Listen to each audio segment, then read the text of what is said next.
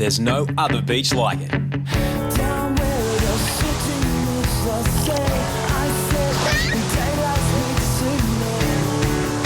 Welcome back to Bondi Rescue! We're a team of elite lifeguards watch over one of the world's busiest beaches. Last season saw pounding surf, drug busts, and near tragedy in Backpackers Reef. This is drowning. The new summer kicks in with a vengeance. As fun turns sour, there are fin chops in the surf. Arrest me, please. And aggro in the air. Is it their beach? Do they own this beach? It's a summer of surprises as Paris comes to Bondi and the Irish go to sea. Thank you. There are lost kids on the beach and new kids on the vlog. Proud of you, mate. You're pretty good.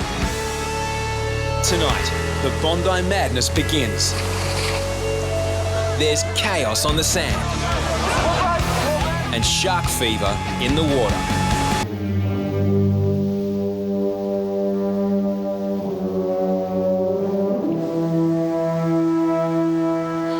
Lifeguards to Bronny, lifeguards. Yeah, morning Bondi, this is Bronny, go ahead. Hey Bronny, mate, just so you know, we've got a water temp of 21 over here today. Good swell running out of the northeast and expected air temp of about 35, 36 degrees out west. Well, that sounds like it's going to be an interesting day for you guys. I hope you bring your A game today. Enjoy your day. Bronny clear. Bondi clear.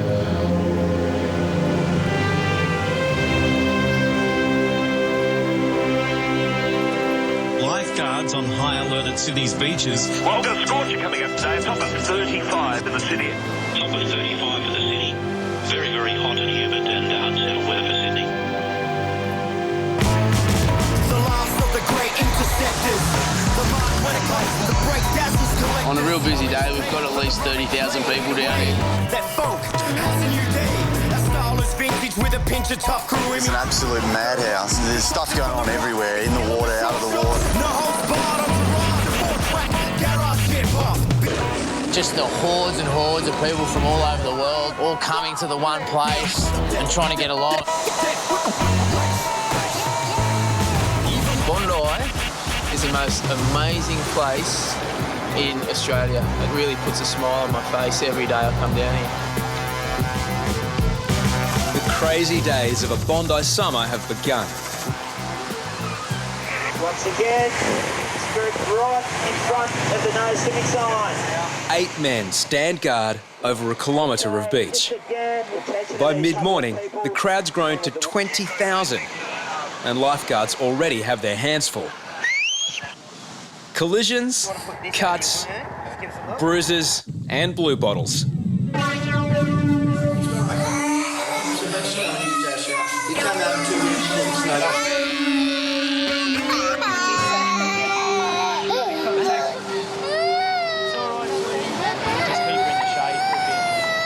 As the mercury rises, so does the tension. You'll be okay. This is as crazy as it gets down here. It's been out of control. The biggest crowds, I think, they're making up for the last 2 or 3 summers. The growing crowd becomes a danger in itself. Just a bit of a cut under your lip in there. Or so many people in the water and someone's just sort of giving a bit of an elbow, and the crowd like this, you just physically can't fit them all in one area, and you know, they're swimming on top of each other. Minor collisions are one thing. Now lifeguards are called to something more serious. Can we get any more lifeguards down here to try and clear all these people out? 17-year-old New Zealander Taff High is suffering severe back and neck pains after a collision in the surf. I don't want to risk any injury at all. Chapo treats it as a suspected spinal injury. 1, 2, 3, slowly, and just down onto his back, and then we're going to rest him. You know. Then Chapo discovers Taff High isn't your average patient. You're legally blind. Okay. I didn't know that. He's legally blind. Okay. All right. No problem. Now that's different. Got a condition where he can't see, so from a metre away he wouldn't be able to see your face properly. And that's probably why he got hit by a person, because he can't see them. Swimming unassisted in the crowded surf, Taff High suffered 2 blows. I got kicked in the head first, and then I felt dizzy, and then when I came out the water, I got hit in the back, and I just made it worse. Okay. All right. I'm sure the lifeguards have explained it to you. Basically, all they've done here is precautionary, okay? Before we can get you up to hospital and give you some x-rays, okay? Just to get you checked out. Safely immobilised, Taff High faces a battery of tests to establish whether his spinal cord is damaged. Really good? But even before lifeguards get him off the sand, another incident. On a lifeguard central to Chapel. I know you're carrying the patient up. There's the police around. There's apparently, I can hear on the radio, Surfcom saying that there's a fight to the north of the main set of flags. Lifeguards 1 minute, security guards the next. A man and his girlfriend have been assaulted by a group of young men. Actually, they're all running off the beach. They're heading up the side of Bondi Surf Club to the south.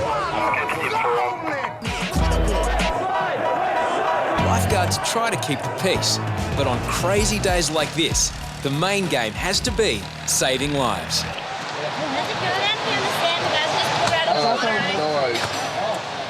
Head lifeguard Hoppo gets news a teenage girl is choking on the sand. The teenager is barely conscious and having trouble breathing. With the noise and crush of so many people, it's difficult to diagnose a problem.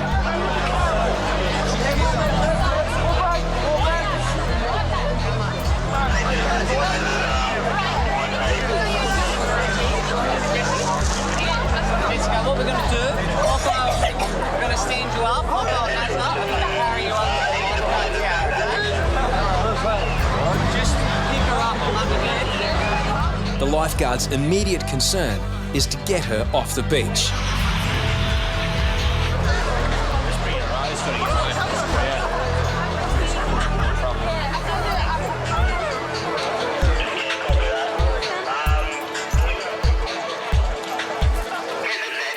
We're going to have to lie down. She doesn't look too well at all. You want Amber? You get an Amber. She doesn't look well. Just relax, just relax. Take a couple of breaths for me. We were alerted to her when she was already on the beach, but I think she may have started adding it in the water. Jess's friends think she's suffering an asthma attack that began in the surf. I lifted her up and I nearly drowned myself lifting her. And these ones came up behind me and the waves kept crashing us as we came in. Yeah. So I was trying to carry her above my head as well as get smashed by the waves. And so she stopped breathing for a second and then I sort of tried to get her on her side and then made her breathe. Just relax. Are you cold? No? All right, you're starting to shake. I might have to just take this off. Jess is struggling to breathe, but too much oxygen in the blood, or hypoxia, could make her condition worse. Yeah, just try and take a nice deep breath, nice and slow. Inhale through the nose. What's confusing is whether Jess's symptoms are related to asthma or from almost drowning. You remember, you've always been always conscious though? You didn't pass out? There's a bucket if you want to spew. Wave up. The wave went over your head? And I blanked. And you blanked out? Yeah? And then my friend had to hold you. Shake me, like flat me in the face. Oh yeah, so you did sort of blank out? No worries, thank you. Okay. Hoppo and Deano wait for paramedics to help get to the bottom of Jess's condition. Can you keep looking at me and Hoppo, Jessie? It's all right, keep going up. Wonderful. All right, and another one. One more. Well, the good news is you're not having an asthma attack. You've got no wheeze at all. She's swallowed a lot of water. She's had salt water in her stomach. She's making her feel sick. And then looking around, and all these people are crowding around her, and you know, it would have been a pretty terrible feeling for her. With no signs of asthma, Jess's symptoms may be the result of a near drowning in Bondi's crowded surf. She's off to emergency for some serious investigation. 2 p.m. and the crowd is still piling in. By now, an estimated 30,000 people are jammed on the beach. At the back of every swimmer's mind is a very primal fear. A series of shark sightings forced several popular Sydney beaches to close today. Terrorised by a 5-metre shark, there's been a recent surge in shark sightings around the country. That's a big bite. A spate of recent shark sightings and shark attacks around Australia has swimmers on edge. When we get shark stories in the media, we tend to suddenly a lot of people start seeing sharks, and there hasn't been a shark attack at Bondi since 1938. We often see them cruise through the bay. We just evacuate in the water when we confirm the sighting. Especially a day like today, you don't want to hit the alarm for no reason. Otherwise, you're going to panic a mass amount of people to get them out of the water. Both the professional lifeguards and volunteer lifesavers, the clubbies, scan the water for ominous grey shadows. But according to strict protocol, it's the full-time lifeguards, the boys in blue, who make the final call on whether to clear the water. There's something in the water now. Where the people are now. It's like going across. Yeah, it is too. There it is. Look, you can see. Mad stingray. It is a stingray. Well, the guy's swimming there. See the guy swimming? He's about to swim over the top of it right now. Look. Yeah, there he's propped. Look, he's propped. Look at him. The guy the furthest out, was swimming, he just went, whoa! Despite being related to sharks, stingrays are generally considered harmless. On this occasion, Kerbox decides there's no need to sound the shark alarm and panic swimmers. Bondi continues on its merry way.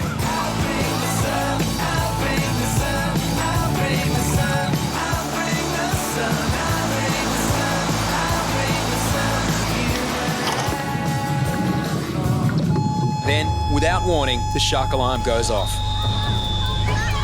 But it wasn't the lifeguards who tripped it. In the summertime, that is where I'll be. Someone has just set off the shark alarm on Bondi Beach, and it wasn't the lifeguards. Clubbies, mate. Mate, it was a stingray. I didn't say a word over the radio. Shark alarm protocol has been broken, and Kerbox is not happy. We spotted a stingray out there, and one of the members from the surf club decided to ring a shark alarm, without even telling us what's going on. They've cleared the whole of Bondi Beach. Not happy. Kerbox talks to the clubbies to get their side of the story, as thousands of swimmers are bailed up on the sand. Well, I'd heard there was some sharks here a couple of days ago, but I don't know why they're bringing somebody in now, but guess better to be safe than sorry. With us, we wait and send the jet ski out to have a look first before we hit the alarm. We don't just, because you get so many people coming up saying they've seen sharks, and they should have really just sent a duck out and had a quick look. Guys, there was a stingray, wasn't a shark. So letting you all know it's pretty safe to go back in the water. Thank you. Our main role is people management, and if you hit the alarms without having everything in prepared when you're going to hit the alarm, people can panic, and it could cause someone to have a heart attack. The only heart attack candidate at the moment seems to be Kerbox. They go, mate, nothing come over the radio. I said, you've got everyone out of the beach, you've got everyone scared, we have a shark later, what's going to happen? No one's going to get out of the water. Yeah. Everyone on the beach is blowing up. Yeah. And he's going, oh, mate, we thought it was a shark. I go, mate, there's a protocol. You're supposed to ring us and notify us, and then in conjunction, we'll get everyone out of the water. I go, look what you've done. If the whole beach now thinks there's a shark, 80% are going to be terrified. We get a shark 20 minutes late in time, what are we going to do? They're not going to believe us. They're going to think, oh, it's a stingray.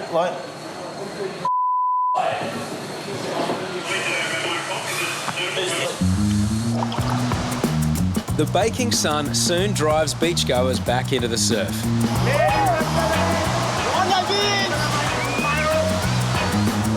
But the real danger at Bondi isn't sharks or stingrays. It's dangerous currents known as rips. There's a big rip this here. Can you see this water going in here? Could you please make your way back to shore? This is a non-swimming area. With low tide approaching, the rips strengthen. South Bondi becomes increasingly treacherous. There's just a couple of people down in South Corner. No great drama right now, but it's definitely worth getting down there. Yeah, copy that. But there are now 5 swimmers in trouble, and suddenly the situation is urgent. a non-swimming area. Swimmers out in front. Danny heads in and signals for immediate assistance. With multiple rescue victims and only one lifeguard, it is a dangerous scenario. Bobby backs up. Jump up the front there. Jump on as well. Yeah, fling your legs around the side like the other girlies. That's it. There are still too many swimmers to take in at once against the fast-flowing rip. One of you girls go to there. Get over there. Then, as Danny struggles to rescue 4 swimmers, another swimmer closer in begins to flounder. They've picked up 2 or 3. There's another one. Yeah, mate, maybe worth the paddle as well, Tom. I don't even have a tube down here. With no life-saving equipment to assist him, Tom bolts in, putting his own life at greater risk.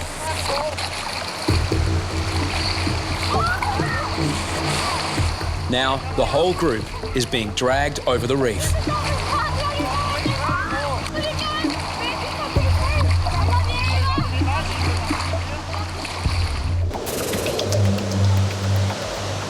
From 200 metres away, off-duty lifeguard Itchy drags in a 3rd rescue board. Pretty much everyone's in the water. Dean's down north, and I'm the only one up here, so it's pretty much not much we can do at the moment. It's impossible to paddle against Backpackers Rip with so many on the overladen boards. Just do a favour, just hold on this one. Thanks, mate. Danny enlists the help of a local surfer who takes one of the girls. The team begins relaying the victims to shore.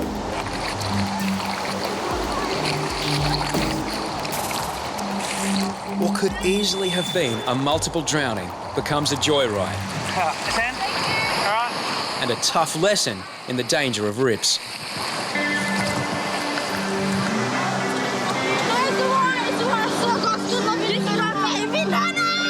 We have holding hands and stuff, and people, I love you, this and that, we're gone, I'm gone and stuff. We're all gonna die.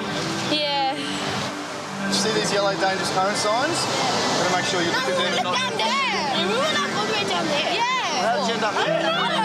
I was Thank God they're here, we would have been gone. And I was full shivering, I'm like this, I was so scared. Thank you very much. Thank you boys. I love you boys. I love you so you saved our lives. Yeah, that's right.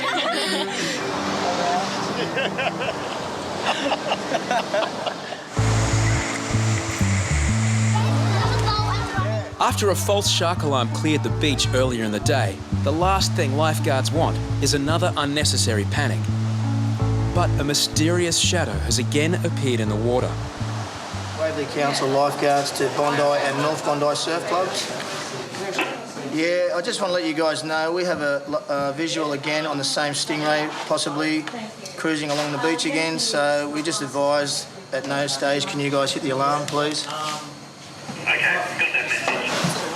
But even the boys in blue aren't exactly sure what the mysterious shadow is. I thought it was weed at first glance, but I pulled the bike up and it's moved like 5 metres in 30 seconds. Who better to investigate than the youngest and bravest team member, Maxi? They said it's a massive stingray. They want you to go down and check it out now. Who is it? Maxi. Maxi's shitting himself. Look, have a look at him. Hey, I'm not touching it. Well, I think he's under the impression that it's a fairly large stingray. But I think he's going to be sorely mistaken. I'm pretty sure it's a clump of seaweed. He's getting ready just to jump back on his board,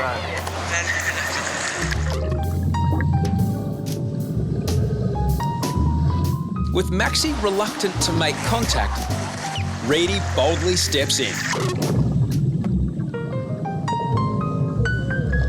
It's all catfish. Is that what it is? Catfish, eh? It's like a bait ball. They look like for a catfish or something. Real weird. Not seaweed, not a stingray, not a shark. It's a school of feeding catfish. The question is, was this mistaken for the troublesome stingray spotted before? It's been here this morning. It's caused shark alarms to go off. It's caused all sorts of havoc. That before was a stingray. That's probably a coincidence. But that's the thing we're talking about. If that was something different, then we hit the alarm. You know, mate. That's why we got to investigate. Yeah. Yeah.